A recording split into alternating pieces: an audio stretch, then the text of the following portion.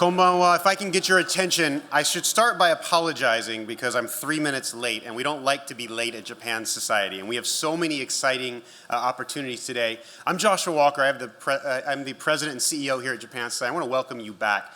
This is our 25th annual sake tasting and learning opportunity. That's kind of amazing. A quarter of a century that people have been coming. So that's worthy of applause.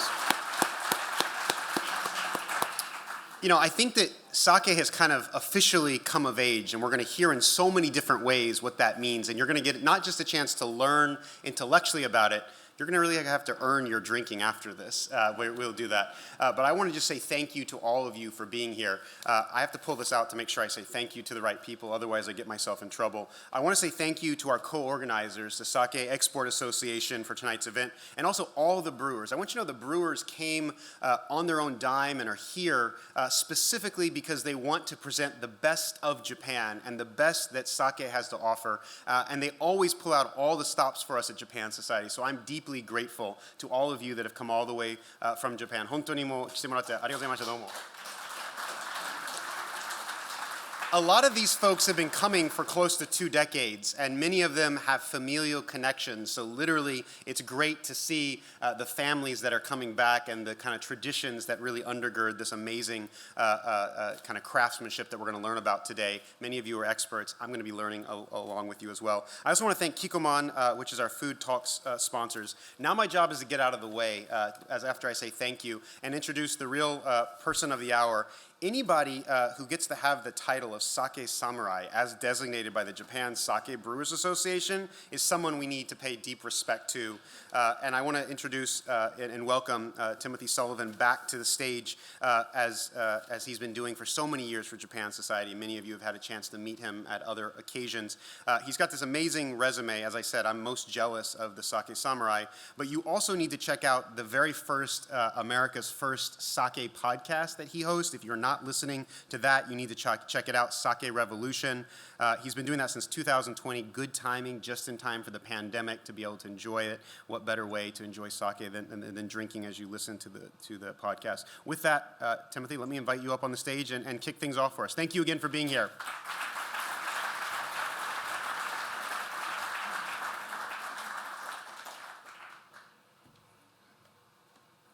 All right, thank you so much. Thank you, Dr. Walker, for the kind introduction. And I really want to also extend my thanks to Tomomi Sekiya and all the staff here at the Japan Society who make this event happen seamlessly every year. It is the 25th anniversary of this annual sake tasting and lecture. And I want to see by a show of hands, how many have been to one of these annual events before? Okay, that's about 60%. That's a really good percentage. I want to welcome you all back, and I hope we're going to have a really good time tonight. Now, I have had the joy of presenting here at the Japan Society several times before, and even online, live on YouTube during the pandemic, and I am really excited about today's topic and, of course, the tasting that's going to follow. Before we get started, I want to give you a quick rundown. There's a lot of moving parts tonight, and I want to give you a quick schedule about what we're going to be doing. I'm going to start by talking for about 30 minutes and give you my lecture. And then after that, we're going to have a few words by Mr. Hiroshi Sakurai, who's the chairman of Asahi Shuzo, makers of Dasai. And then when he is finished, I'm going to be introducing the 12 representatives from the breweries that are going to be pouring sake tonight. We'll introduce each and every one of them so you can see them and meet them before we move on to the tasting. When the introduction is done, they're all going to go up and begin preparations for the tasting, and we're going to do about a 10 or 15-minute Q&A here. So if questions come up during my remarks or any point during the evening, just remember to hold on to those questions, and we'll have a short Q&A. And then around 7:30, we're all going to adjourn and move upstairs and enjoy a tasting together. And if you have any question, the brewers are a great resource. I'm going to be walking around upstairs as well, and we have many sake experts here tonight to help answer any additional questions that you have. All right, so with that, I think we're going to get on to the topic at hand. And the subject that we picked for tonight's lecture is In Search of the Perfect Sip. How can you find sake that appeals to you and that is good for you? Now, the idea behind this topic came from my many visits to sake events where I've been presenting and pouring sake, and I think people get an idea that sake is really complicated or hard to understand, and also there's a certain type of sake they should be enjoying. One is better than the other. And we're going to tackle this topic head on tonight. Let me give you an overview of what we'll be talking about. So we're going to start out with a little bit of good news, a little bit of bad news about this topic. We're going to go over how you can get started finding the ideal sake for you, the perfect sip for you. Also, we're going to explore how you can enjoy sake at home, some good tips for enjoying sake and finding a good sake when you're out and about in restaurants. And also, I'll give you a quick overview of some of the core flavors and aromas you can look for when you're just beginning to taste sake and getting started with sake. So how do we find the perfect sip? Well, do you want to start with the good news or the bad news? Right. I'm a bad news person first, and I made the PowerPoint, so we're going to approach bad news first. Now, I think that one thing that sake has a bit of a reputation for is can be a little bit complicated. Let's take a look at a sake production flowchart, for example. Now, we won't be going through this in detail today, but I remember when I first looked at a sake production flowchart, I was a little bit overwhelmed. And then, if you want to layer on top of that the sake classification chart as well, we've got classifications, milling rates, ingredients all falling into this. And then on my website, my sake education website, I have on top of this, how about a glossary of about 200 Japanese terms and words to learn when you're learning about sake. So this is one of the challenges we have when introducing people to sake is it can be a little overwhelming, it can be a little bit challenging. I don't want to imply that studying sake production or studying classifications is a bad thing. I just want to acknowledge that when you're first getting into sake, it can be a bit of a challenge and maybe a little bit overwhelming. Now, if you want to become a sake nerd like me and you want to study all this stuff, I say go for it. And whenever I meet someone like that, I always say, welcome to the dark side. Like, it is so much fun to study sake and really nerd out with sake, but for most people, that's not going to be their path for enjoying sake.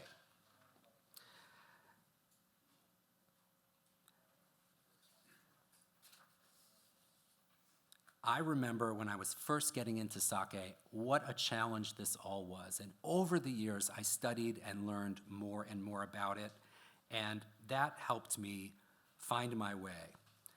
Now, getting on to the good news is it's very easy to find a sake that you are going to love. It's very easy to find a sake that's going to be your aha moment. My philosophy is that sake is about fun, sake is about enjoyment, and sake is about sharing. These are really, in my opinion, the most important thing when it comes to getting started in the world of sake. So let's talk about what we can do to find that perfect sip. The first point is to taste sake. And you all have an advance on everyone else. I am preaching to the converted here because you are all here at a sake tasting, and you're going to do exactly what I recommend to get started. You have to get out there and taste sake. Every chance you get is a wonderful chance to explore new styles and new flavors. Now, where can you do this? You can do this, first of all, in sake shops around town. They very often have in-person tastings, and I've found it very beneficial to get on the mailing list, get on the email list of all your favorite liquor and wine shops around town. They do in-store tastings for sake regularly, and it is the ideal opportunity to try some sakes without having to buy the whole bottle, and it gives you a great chance to explore sake and find flavors that might be new to you and that might appeal to you. Also, of course, in restaurants, you can try different styles. We'll talk about that more in a bit. Here in New York, we are lucky to have several sake breweries as well. We have Kato Sake Works, we have Brooklyn Kura, and we have the new Asahi Shuzo Dasai opening upstate as well. So there's chance to drink sake fresh from the press and delicious local sake as well. So please take advantage of that. And of course, sake events like tonight. There are promotional events put on by Japanese prefectures. There are events regularly throughout the year. This is a cornerstone event for New York. We also have Joy of Sake. And around October 1st, there's a lot of Sake Day events as well. So please keep an eye out for events. It's a perfect chance to go out and find those new flavors. The next tip, I think, is the most important, which is trust your palate. There is no right or wrong when it comes to tasting and enjoying sake. I always tell people, when your taste buds say yum, that is a sake that you like. There's no should or shouldn't, and you can really just find the flavors that appeal to you. Follow your instincts, and my one advice here is to just make a note. When you have something that appeals to you, something you really like, something that catches your eye, take a photo of the bottle, take a photo of the menu, make a note in your notebook, and just try to remember the brands or the general styles that appeal to you. Now, I've gone to many sake tasting events where I've been pouring sake for people, and one person might pull me aside sheepishly and whisper into my ear, "I'm so sorry to tell you this, but I'm actually a really big fan of hot sake." And they feel so guilty about it. Or they're like, I like really sweet sparkling sake. I know I'm not supposed to, but I really do. And I'm always like, you should really celebrate the type and style of sake that you enjoy. There's no right or wrong.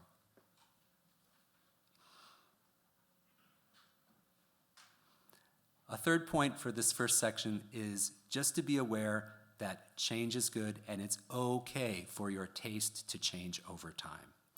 If you discover that you really like nigori or cloudy sake today, and in a few years your taste has evolved, you've discovered new cuisines, and you've discovered new styles of sake, and you move on to unpasteurized sake, or you suddenly discover you like really crisp, clean, and dry sake, that is wonderful as well. Once you discover one love of sake that you have, that doesn't have to be at full stop. You can continue to evolve and change your sake style. So just be aware that I've experienced this over my career tasting sake for 18 years now, that I started out liking one style, morphed into another, and morphed into another. So your tastes and styles that you like is going to evolve over time, and that is perfectly okay.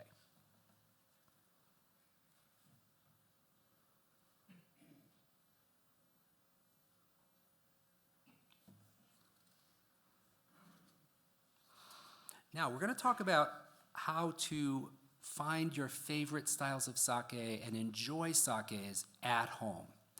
And I often hear from people that they can't enjoy sake at home because they don't have the right glassware, or they don't have the right sake set, or they don't have the proper way to enjoy sake at home. We did a lecture here a few years ago for this very event that was focused on sake vessels. And we talked about all the different types of cups and carafes and materials that they use to enjoy sake. And you can dive very deep, and you can geek out on beautiful ceramics and glassware from Japan. But if you're just getting started, we have a shortcut and a very easy way to enjoy sake, and that is a simple wine glass.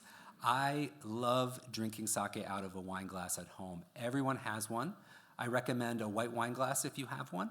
And it is easy, simple, and when I do my podcast and we taste sake every week for the podcast, I use my stemless wine glass week in and week out, and it is a wonderful vessel.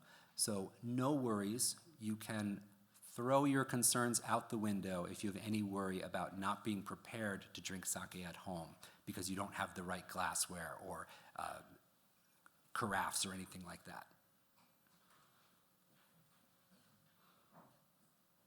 Now, the next thing I'm going to talk about is sake temperature. Enjoying sake at home, there are advantages to different temperatures, and you can warm and chill sake at home and really make a wonderful, enjoyable presentation for yourself at home.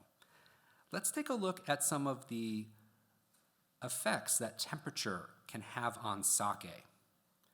So we can affect sake by chilling it, and we can also affect sake by warming it. Now, you may be more familiar with chilled sake in restaurants for premium sake presentations, so let's look at those first. So when you chill a sake, you can bring out cleaner flavors, generally brings out less umami in the sake. You can get enhanced ginjo or fruity and floral aromas. Chilling a sake also tends to make it crisper and a little bit tighter. And it can also lend a very refreshing impression to sake. One thing we want to be aware of is not to over-chill our sake. Over-chilling can sometimes lead to bitterness on the finish, and you want to keep your sake generally above 45 degrees Fahrenheit, or you'll get into the danger zone with kind of suppressing aromas and having it too chilled. So when the sake comes out of the fridge, I generally give it a couple minutes to warm up, and then it is in the perfect zone for enjoying chilled. Now let's talk about the controversial warm sake. As I've mentioned, some consumers who've approached me said almost sheepishly they were afraid to enjoy warm sake. They thought warm sake was bad. Warm sake has had a little bit of a reputation over the years as being the service style for more inexpensive sakes, but that is not true at all. I had the great pleasure to work in Japan for 1 year at a sake brewery doing a 12-month internship in Niigata. And I would hang out with the brewers after a long day of making sake, and in the winter, their favorite way to enjoy their own sake was warm. So if the master brewer and all the people making the sake enjoy it warm, how on earth could that be a bad way to treat the sake? Let's look at some of the effects that you get when you serve sake warm. You can have richer flavors come out. I find that the texture becomes a bit more velvety. Warm sake can also bring out and highlight the umami or the savory flavors in sake. You may get a reduced ginjo or fruity aromas if you're warming the wrong style of sake, but you can expect a fuller, more velvety body overall on the texture. And just like sipping on hot cocoa on a very freezing day, you get this warming effect. If you have a hot toddy or warm cocoa, you know that feeling, you get warmed from the inside out. Warm sake is perfect for that on a freezing cold day when you really need to warm up. And one point of caution with warming sake, if you overheat sake, you can really bring the alcohol flavors and the alcohol notes too far forward, and you can create a bit of a boozy sensation. So that's something we like to avoid. So we don't want to overheat sake too much. But that is a little bit of a overview of how chilling and warming sake can affect the flavor. Both can be delicious, and it's up to you to find the style that you like for the given type of sake. I will give you really one quick rule of thumb when it comes to warming sake, which ones to choose. If a sake has really pronounced fruity or floral aromas, the rule of thumb there is that is a sake that should be served gently chilled. Those fruity esters and aromatics are more delicate, and they will evaporate quickly when heat is applied to sake. The sakes that you should look at warming are the ones that are more rice-forward, more dry in general, and more umami-driven. Those particular styles of sake can work well chilled or be really great when they're warmed up. So just keep that in mind as a rule of thumb. Now, we're talking about sake at home, and you may be wondering, how can you warm sake at home? So let's take a quick look at my cheat sheet for warming sake at home on your own stovetop. You can take a saucepan. Now, what I'm using here is what's called a tokuri. This is a Japanese sake carafe made out of porcelain. Have you seen these in Japanese restaurants with the narrow neck? You've probably seen these for service in Japanese restaurants. You may not have one of these at home, and that is perfectly fine. What you can use as a substitute, I like to use a Pyrex measuring cup. Those are totally heat safe, and you can see what's going on. You can also use a coffee mug in a pinch. Anything that's going to be safe to put in hot water, you can use to warm up your sake. If you want to do this regularly, I recommend picking up a tokuri or one of these sake carafes. You want to heat your water to just about 160 Fahrenheit. You want to bring it to a simmer, just where you see bubbles around the edge of the saucepan. And then, very important, you turn off the heat at that point. You just want a pan of simmering warm water.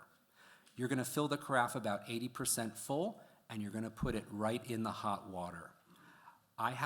You see in the picture, I have a dedicated little digital thermometer that I use just for sake. And you warm it to your desired temperature, and then you enjoy. It is that easy. So it's very simple to use the water bath method at home.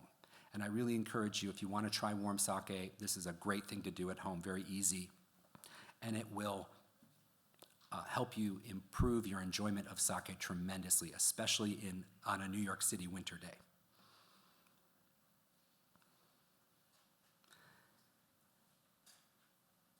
Now, let's talk about finding the right sip or the proper style of sake when you're out and about, when you're at a restaurant. What can you do there to help yourself find the style of sake that suits you? The first thing I recommend is to look for recommendations from the people that are there in the restaurant to help you with that. It is a tremendous resource that I feel most people don't take enough advantage of. If you're in a restaurant that has a good sake list, there are servers, there are sake somms, there are bartenders, there are bar managers that have put that sake list together. They know the styles, they know the flavors, and if you need a recommendation or need help picking something, please take advantage of that resource. The other thing I want to mention is that restaurants often have what we call a BTG, Buy the Glass program. And this is a wonderful way to try a wide range of sakes when you're in a restaurant without having to invest in a whole bottle. I remember when I was first getting started in sake, I was so happy when I'd walk in and I'd see a lot of sakes on the list by the glass. Another option I really took advantage of when I was starting out was sake flights. I don't know if you've had a chance to try these, but if you can get 3 or 4 styles served together, you can try a couple ounces of each, and it's a wonderful way to get a survey of a variety of styles without having to invest in a whole carafe or a whole bottle. So these are things to keep in mind when you're in restaurants and you're looking to explore new sake styles.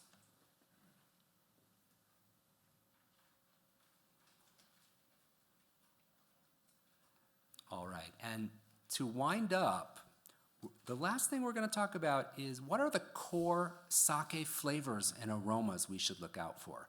It's all very well and good to say, taste as much as you can, try a variety of styles, ask servers for recommendations. But what I wanted to give you to finish up tonight is a framework. I'm going to talk about 4 key flavor profiles in sake that you can look for.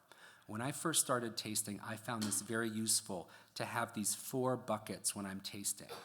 And I can quickly assess the flavor profile and begin to zero in and hone in on the flavors that I like by understanding some of the core flavors that go into sake. So let's take a look at the core flavors, and for each one I'll give you some examples of the types of that flavor that you might get in a sake, and we'll talk about a few pairing ideas for each one of these as well. Again, this is just a basic framework when you're out exploring sake that you can use to keep yourself oriented. The first one is a favorite, fruity and floral. So what are the types of fruits you can expect in traditionally fruity sake? You very often get melon aromas, that is very common, pineapple, pear, banana, papaya, cherry, green apple as well is quite common.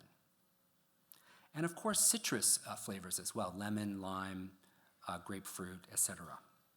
When it comes to flowers, I often find I get hints of white flower, lilac, orange blossom, fruity and floral often go hand in hand and often accompany each other. What type of food pairings can you look at for fruity sakes? Well, I like to think about things, well, first of all, these fruity styles are generally very luscious and very aromatic. And I enjoy them, quite frankly, quite often as an aperitif. I have them before a meal, and they are just a lovely way to awaken your palate and start a meal before you get into food pairing. But if you do want to pair these styles with food, one dish that I've come to love with this fruity or tropical fruit style of sake is a salad that has some type of fruit component mixed into it. A salad with apple, a salad with orange slice, or a salad with a raspberry or fruit vinaigrette. This is a wonderful pairing to enjoy with these fruity styles of sake. I also enjoy lighter dishes like grilled summer vegetables. All the types of vegetables that are coming out now are really wonderful to enjoy with fruity styles of sake. Now, the next major area that I think we should look for when we're tasting sake, we've got our fruity and floral. Next is rice and grains. So sake, as we all know, is obviously made from rice. So this is a key flavor profile that we can look for in sake. You can look for notes of steamed rice, aromas of raw rice, toasted rice, barley, wheat, different grains as well can come in as well for the flavor profile or the aroma. When it comes to pairing for these ricey styles of sake, I really recommend hot pot dishes, and something like a grilled yakitori, grilled chicken, goes really well with this rice-driven type of sake. I often think, what type of food would I like to have rice on the side with? And that type of main dish usually pairs really, really well with these rice-driven types of sake. Now, another one, the next of the four major flavor profiles that I think would be interesting to remember is lactic and dairy. So we use lactic acid quite often in making sake, and lactic acid plays a role in the production process of sake. And this sometimes comes through quite prominently on the palate.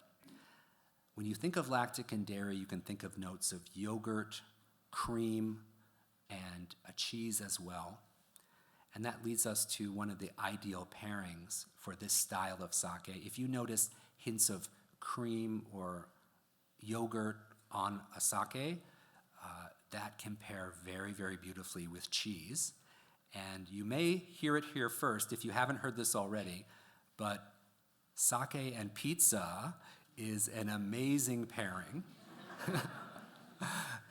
If you haven't tried it yet, when we're done here in about an hour and a half, I want you to make your way to the nearest pizzeria and try sake and pizza, especially with a sake that has lactic and kind of dairy aromas and flavors in it. It is a wonderful pairing. And let's move on to the last quadrant, in my opinion, of flavors that you can look for in sake, and we'll probably taste some of these in a little bit. And this is the quadrant that I think of as sake's secret superpower. This is a flavor profile that you don't get much in other types of alcoholic beverages, and that is umami and savory.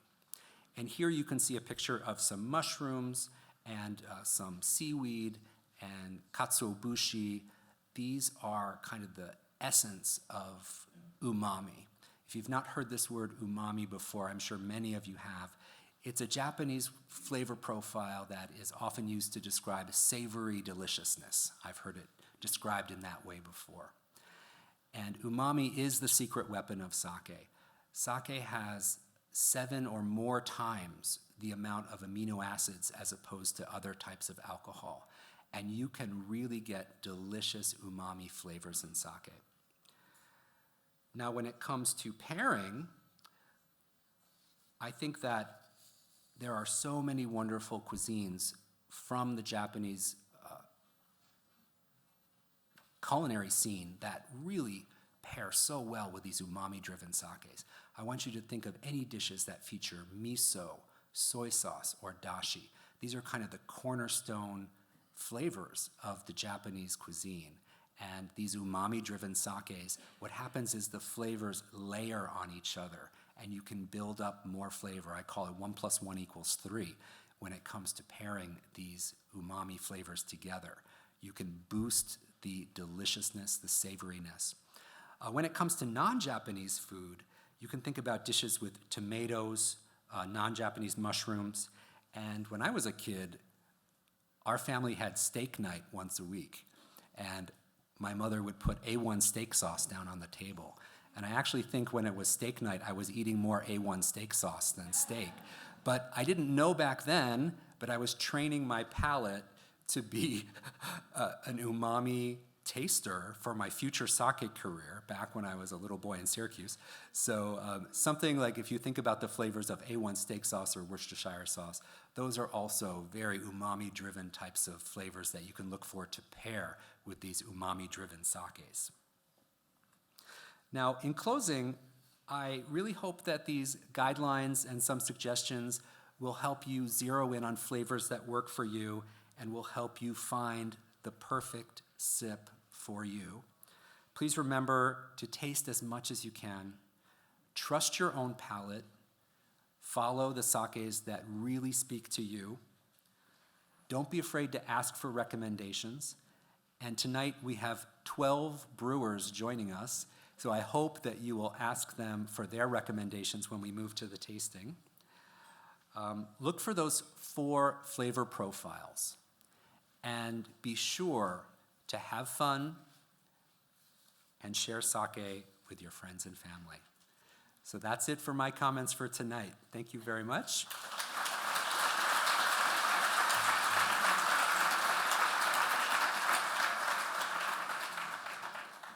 And now I'm going to be introducing a guest speaker, Mr. Hiroshi Sakurai, who is the chairman. He's the chairman of Asahi Shuzo, and he's going to be speaking to us tonight and giving us his greetings. So, Mr. Sakurai, thank you. はい、皆様こんばんは。多くの皆様にこの、酒イベントにおいでいただいて本当に日本酒の酒蔵の一員として心から感謝しております。ありがとうございます。As a member of the sake brewing community of Japan, as a sake brewer, I just want to express my appreciation, my gratitude, and everyone coming to the sake event tonight. さて、日本酒というのは日本の地理的条件とそれから日本民族の歴史と文化に色濃く影響された酒です。So sake was created as a result of the geographical conditions of the Japanese islands and of the history of the Japanese people that resulted in that geography. All of that stuff together contributed to make sake what it is. 日本は今から150年前、欧米に開国される前の、機械文明もまだ入っていないその頃にですね、緻密な努力を積み上げることによって農作物、特に米の収量、単位あたりの収量を増やしてそれによって多数の人口を養ってまいりました。Before Japan opened to the West about 150 years ago, and before the advent of industrialization came to Japan, Japan focused on careful and meticulous labor-intensive agricultural methods, increasing rice yields as much as possible so as to be able to support a large population in a very small country. それによって300年もの長きの間、戦争もしない平和な国を作ることに成功したのです。As a result of that, Japan was able to enjoy a very peaceful era without wars for over 300 years. 日本民族の固有の酒である日本酒はこの日本の歴史、そして日本民族の文化に色濃く影響されてそこから育った酒なのです。So sake is actually influenced hugely by Japanese culture and the history over the years. 実はその日本の酒の一員として私どもはこのアメリカの文化と合体するアメリカに酒蔵を作ることにしました。So now we have managed to combine that culture that suffuses sake in Japan with the culture here, with American culture here in the United States. ニューヨークの、アップステートにありますハイドパークで、酒蔵を作りました。We have managed to build a sake brewery in north of here in Hyde Park. この映像をちょっと見ていただけますか。 Please watch this video related to that. 本当にニューヨークの郊外、美しい、地域ですね。 It's a very, very beautiful scene just outside of New York.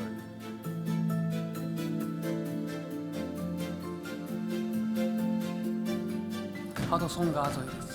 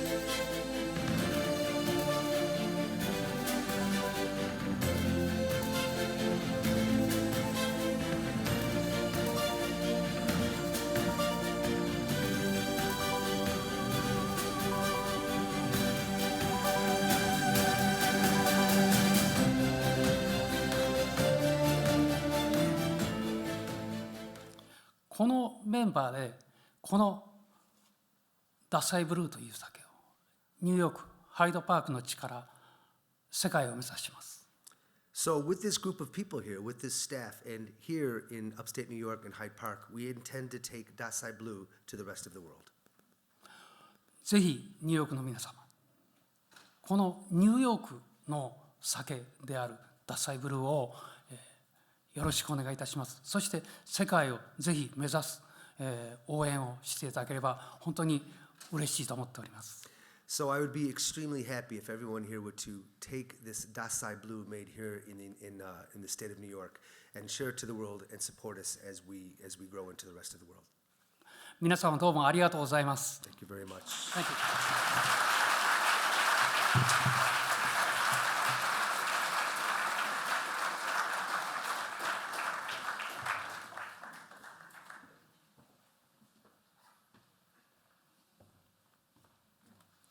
All right. Mr. Sakurai, thank you so much for your comments. And for the eagle-eyed among you who've been to this before, that was John Gauntner, who was doing the translation.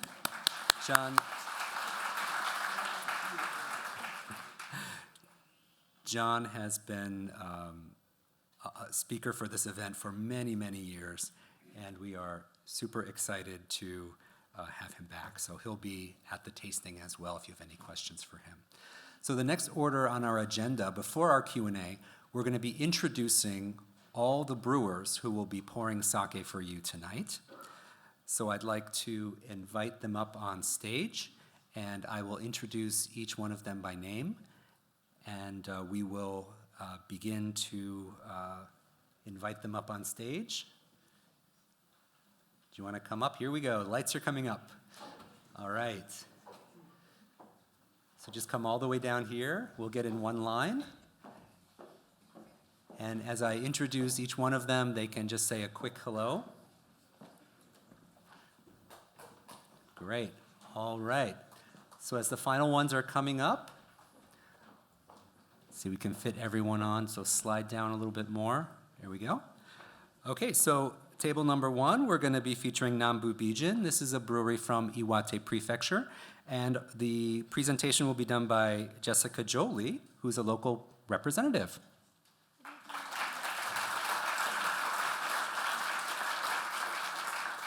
Okay, next is Uchigaseki Shuzoten from Miyagi Prefecture, and that will be represented tonight by Kei Uchigaseki, who is the president.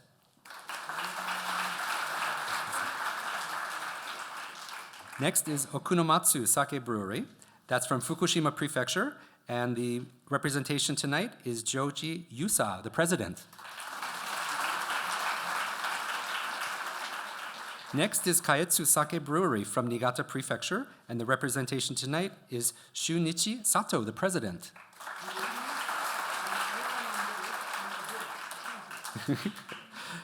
Next is Tentaka Sake Brewery from Tochigi Prefecture, represented tonight by Shunosuke Ozaki, the director. Next is Miyoya Shuzo from Ishikawa Prefecture, and represented tonight by Miho Fujita, the president.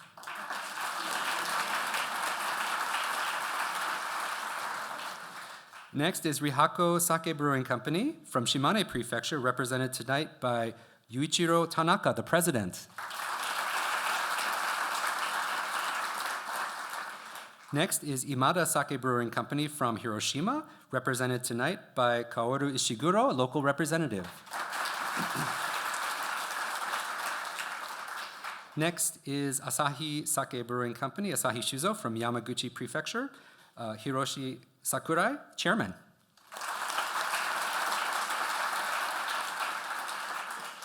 Next is Tenzan Sake Brewing Company from Saga Prefecture, represented tonight by Kensuke Shichida, president. Next is Chiyo no Sono Sake Brewing Company from Kumamoto Prefecture, represented tonight by Yuri Honda, director. And last is Brooklyn Kura from Brooklyn, New York, represented tonight by Brian Poland, co-founder and president.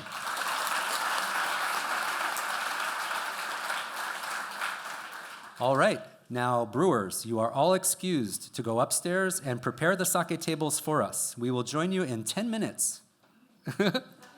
Thank you.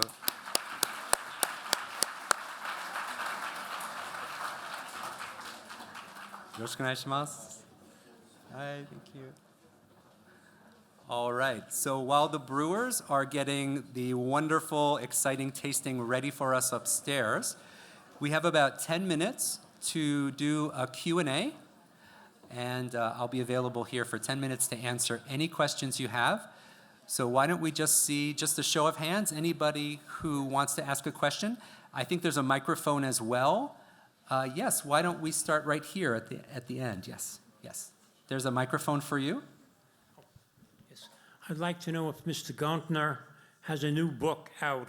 What is the latest book he has about sake and sake tasting and whatever? John, any new book coming out? Okay, not currently in planning. John, the question is, what was your last book? Sake Confidential? Sake Confidential. Yes. Available where fine books are sold. Yeah. Yes, right there. Thank you. I'm one of those shameful people who does prefer warm sake. And on your instructional for how to warm the sake, it said warm to the desired temperature. Yeah. And I was wondering, what is the optimal temperature? Does that change per sake? Is there a temperature you shouldn't go above? And thank you. That's a great question. Yeah, there's a range of sake temperatures that are good for warming. I recommend for sakes that are very ricey and more full-bodied in flavor, not to go to the very highest temperatures. And by that I mean around 115 to 120 is a good zone for ricey sake. And when you have sakes that are dry, crisp, and clean, those have less overt rice flavor, and I feel you can bring those just a little bit warmer if you want the extra warm sake. You don't want to go above 125 or you're going to burn your mouth, and that's not good. So generally, 110 to 120 is a good zone to be in. I tend to warm it just a little bit warmer because I know it's going to cool down just a bit when it hits the table. And one word about doing the water bath method, one of the advantages of that is actually when you warm the carafe in water, the first thing that gets warm is the carafe itself. So the ceramic is going to get heated, then it penetrates into the sake. When you bring that out to the table, there's lots of residual heat in the carafe. So that's why we really promote this water bath method for warming sake at home. Right. Yeah, so we have a question here in front. Can we bring a microphone right here? Yep. Just raise your hand real quick again.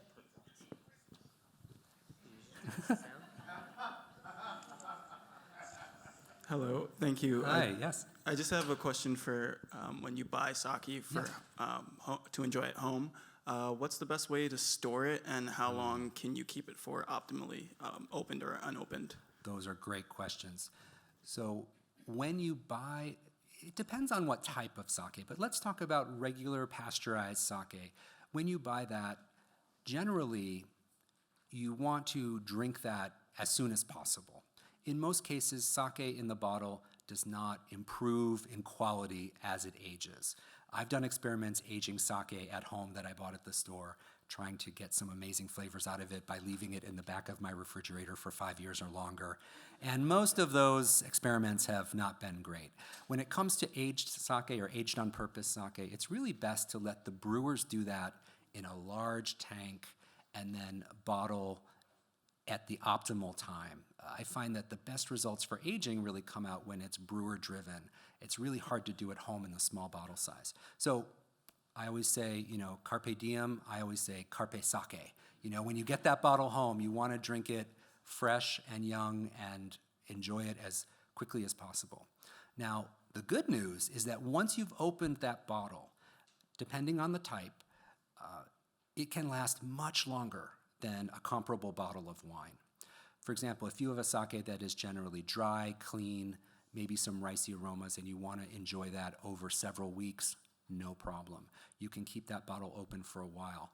The one area where it gets a little tricky is when you have very delicate fruity and floral aromas. Those can dissipate a little bit quicker, and the sake is not going to go bad in any way, but that fresh aroma may change over time for that particular style of sake. But the good news here for all of us is that sake lasts much longer after it's been open than wine or beer. So you have a very wide berth when it comes to enjoying sake. I've had some aged sakes that I've purchased, and they're basically indestructible in my opinion. Once you open it, you can continue to age it for months and months, even years to come. So aged sake is the most resilient. Then the dry or earthy styles are really good for longer term. And the fruity and floral are generally the most delicate, and you want to consume those most quickly. Any other questions? Yes, right there. Yeah.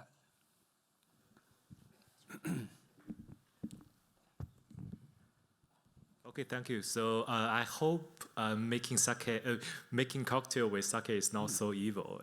If it is not, do you have any recommendations for that? And also, can we chill the sake with ice? Can you? Okay, great. So if you took away one thing from my lecture tonight, I hope it's that there's no right or wrong, and you can enjoy sake however you like. So sake cocktails are a wonderful way to enjoy sake. I hear sometimes people refer to sake cocktails as a gateway into serious sake enjoyment. I actually did a podcast episode on Sake Revolution about sake cocktails, and we interviewed a Japanese bartender. And one thing that sake can bring to a cocktail is it can give it some umami. Sake has more amino acids in it, as we talked about before. And if you have the right kind of sake in your cocktail, it can give it this interesting backbone of umami, of savory flavors, and a little structure. Sake overall is pretty delicate, so you're usually going to still use some kind of spirit in combination with the sake. But it does lend an interesting note of umami. And I've done an interesting experiment to make the same cocktail with and without the sake component and taste them. And you get it's very subtle, but you get this wonderful additional depth of flavor when you use sake in cocktails. So I think it's wonderful, but you have to experiment to find the right kind. And the other question was sake over rice or sake on the rocks. And I also did an episode on that on my podcast, so you can listen to that. But sake on the rocks is especially good for a type of sake we call genshu. Genshu is a sake that's generally not diluted with water, so it tends to be higher in alcohol, 18 or 19%. These genshu style sakes that are high in alcohol are really lovely over ice. And I talked about making like clear ice cubes and pouring like a whiskey ice cube and pouring genshu or high alcohol sake on that, trying it straight up and trying it with ice. The version over ice was very gentle and softer, and brought the alcohol level down just a bit while keeping it crisp and cold. So sake on the rocks can be amazing. You just, again, you have to use the right kind of sake for that. Thank you. Any other questions? Yes, how about right here? Yeah. Thank you. With this many sakes to taste this Yes. evening, do you have any tips or other strategies how to approach something Yes. with this many varieties beyond the 4 flavor profiles we discussed? Yes. Well, when I first started out going to sake tastings like this as a consumer, when I was in your shoes, I tended to go to the table that had the least people in front of it that I could get to. So that's strategy number 1. Strategy number 2 is I often looked at the labels and the bottles, and if something really caught my eye, I would start there. I mean, you got to start somewhere, right? The other approach I would recommend is that I mentioned those 4 big buckets of flavor, right? The ricey, fruity, lactic, and umami. If one of those caught your eye, or one of those is a favorite style or something that you might be attracted to, you may want to ask the people at the table, do you have a fruity style that you recommend from your, or do you focus more on savory styles? And you can ask the brewers if what might appeal to you might be on their table. And I also want to mention about those 4 categories. I forgot to mention this in my remarks, but they're often blended together. So it's not like every sake that's fruity is only going to be fruity. You may get some lactic, you may get some umami, and there's going to be layers of flavor as well. So exploring those varieties is fun, but if you have a favorite of those 4 or something you'd like to explore, ask the brewer, ask the people at the table and say, do you have something fruity and floral? I heard about that in the lecture, and that really appeals to me, and I'd love to start there. So that communication is always the way to go, and the people here tonight could not be better experts to guide you. Okay? Great. Any other questions? We have a couple more minutes. Yes, right. How about right here in the front? Yeah, just 1 second, they're going to get you a microphone. I noticed just glancing over, I didn't read all the descriptions, but one of them had an umeboshi without sugar that is supposed to give it a plummy fragrance, but sort of natural sweetness. Yeah. And what I assumed somehow they would all be, that the aromatics are just described as something that you find with the nose, not that it's actually present in the brewing. Are there any other sakes in this group that have something other than rice and the lactic acids and the yeasts that are giving it the aromatics that identify it? Yeah, there are some. I think the sake you're referring to is like a plum sake, is that right? Yeah. Glancing, and yes, Yeah. or Yeah, so I Good. think that plum sake is one of the varieties. I think there might only be one representation of that tonight. Right. But for the most part, the rules and regulations about ingredients of sake are pretty strict. right. So you won't see a lot of that. When we move over and talk about American-made sakes, there's a little bit more creativity and freedom when it comes to what is allowed to go into sake, and you can get, peach cobbler nigori, and you can get blueberry junmai, and all these things. So you do see a lot more of that, but I would say more with the domestically produced sakes.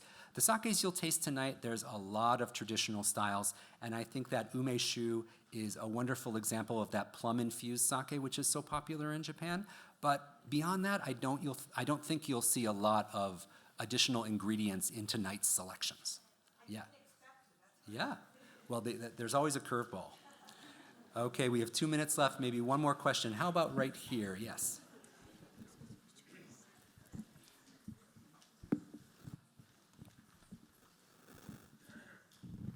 Thank you. You gave us temperature for warming sake. Yes. Tell us about the proper temperature for drinking it cold and Yeah. storing it. Absolutely. Thank you. Yeah. So when sake is served cold, there is a bottom that you don't want to go below, and that's generally around 41 degrees Fahrenheit. If you go below that temperature, you're going to be what I would consider over-chilling your sake for sure. And the temperature in the refrigerator is going to hold your sake around 40 degrees-ish, 40 to 45. So when you take your sake right out of the fridge, in my opinion, generally, it's a bit too cold right out of the fridge. So I like to set it on the counter, set myself a little 5-minute timer, and come back to it when it's warmed up to about 50 degrees Fahrenheit. You know, something where you might like your white wine chilled to a nice crispy 50 or 55. I think that works really well for chilled sake. And again, getting below refrigerator temperature is a little bit over chilled, and as we mentioned on the slide, it can add maybe a hint of bitterness or really suppress those aromas if it's over chilled. One thing you want to be aware of at home or in a restaurant, if you're using an ice bucket and there's water in the ice bucket along with ice and they put the bottle in there, that can get very, very cold very quickly. And I've seen many restaurants, in an effort to keep the sake cold, put too much ice water in with the bottle in an ice bucket, and it can over-chill the sake very quickly. So just keep that in mind when you're tasting sake. If it feels a little muted or too icy on your palate, take it out of the ice bucket a little bit, let it warm up just a bit, and that will broaden the flavor. You want to find the sweet spot and enjoy your sake at a temperature that appeals to you. But that's my advice for cold sake, for chilled sake. So I don't know if we're allowed, are we allowed to go? Are they going to open the doors for us? Well, let's do one more question while we're waiting. We'll see if the doors open for us. Yes, I saw an arm go up there. I see, yes, right in the middle there.